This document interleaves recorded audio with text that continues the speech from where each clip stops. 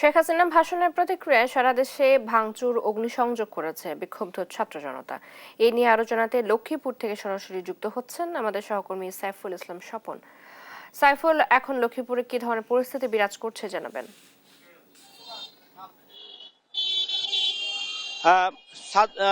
ছাত্র জনতার বুলডোজার কর্মসূচির অংশ হিসেবে গতকাল লক্ষ্মীপুরে যে আবু তাহের এবং সালাউদ্দিন টিপু যে বাড়ি থেকে 2024 সালের 4 আগস্ট ছাত্র জনতার উদ্দেশ্যে গুলিবর্ষণ করা হয়েছিল এবং এই বাড়ির উপরেই সালাউদ্দিন টিপুর উপজেলা চেয়ারম্যান যুবলীগের সভাপতি সালাউদ্দিন টিপুর নেতৃত্বে 4 থেকে 500 লোকজন এই বাড়ির উপরে থেকে তারা ছাত্র জনতার উপরে গুলিবর্ষণ করে এবং গুলিবর্ষণের কারণে এখানে প্রায় 4 জন ছাত্র সমন্বয়ক ছাত্র জনতা মৃত্যুবরণ করে।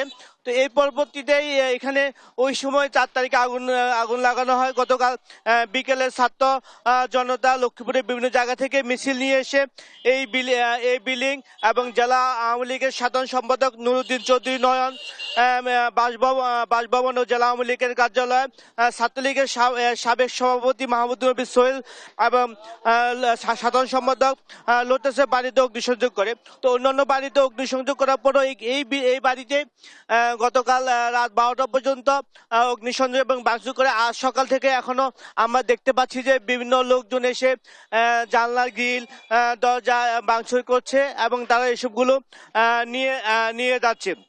এবং এখানকার যে ছাত্র জনতা আমরা তাদের সাথে সমন্বয়কদের সাথে কথা বলেছি, তারা আমাদেরকে যেটি জানিয়েছেন যে আসলে এই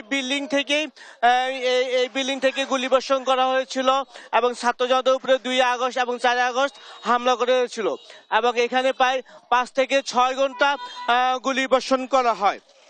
এবং গতকাল যে সারা বাংলাদেশে যে ছাত্র জনতা বুলডোজার কর্মসূচি শুরু হওয়ার পর থেকে লক্ষ্মীপুরও এই কর্মসূচি তারা পালন করে এবং এখানকার বাড়িঘর ভাঙচুর করে।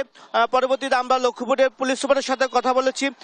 তারা আক্তার হোসেন আমাদেরকে জানিয়েছেন যে আসলে পুলিশের সতর্ক অবস্থা ছিল যেন অন্যান্য এলাকায় যেন মানুষের প্রাণহানি না ঘটে। তারা সেরকম আইনশৃঙ্খলা বাহিনী অসতর্ক অবস্থানে ছিল। এ ছিল লক্ষ্মীপুর থেকে বুলডোজার কর্মসূচির সর্বশেষ খবর।